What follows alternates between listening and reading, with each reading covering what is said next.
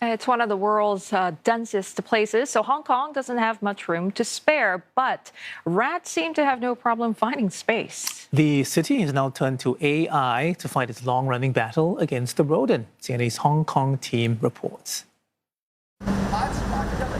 In the day, this park belongs to the people of Hong Kong. But when night falls, a different kind of resident takes over. To us, it's garbage. To them, it's an all-you-can-eat buffet. I used to live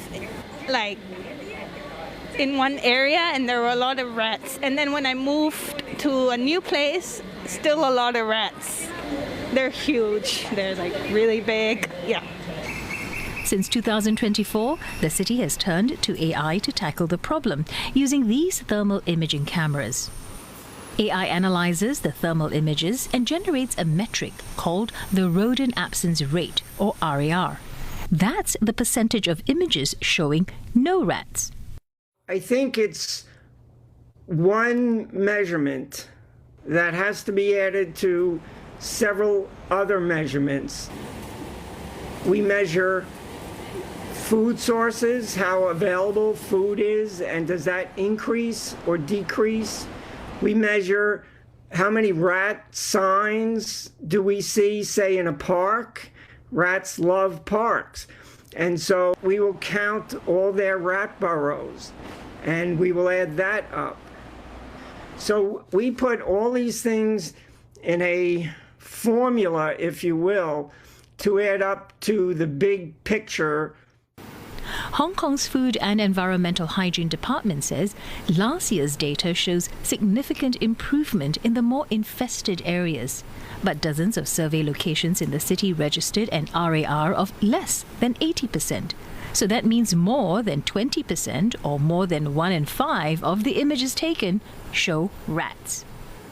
Well, I must recognize the efforts the government departments are putting in combating rodent population and helping with improving the hygiene situation of some of the districts in Hong Kong.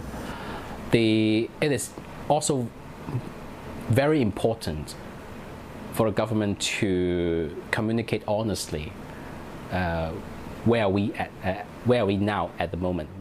In May, the city recorded its first human case of rat hepatitis E for the year. About 1 in 5 rats carry the virus, and people could potentially be infected by food or water contaminated by rat waste, although cases are rare.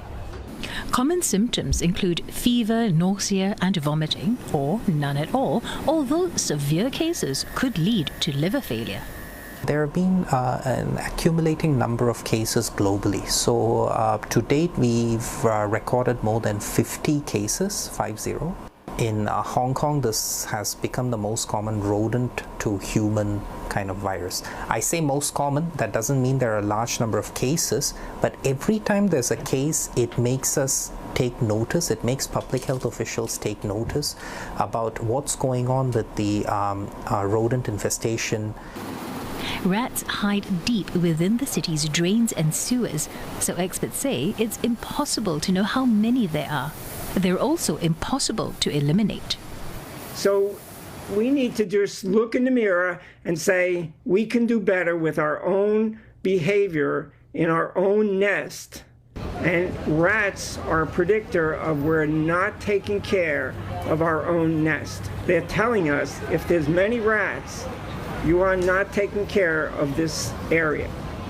For a city of more than 7 million people, Hong Kong's rat problem is an environmental management problem, and the experts say everyone is responsible.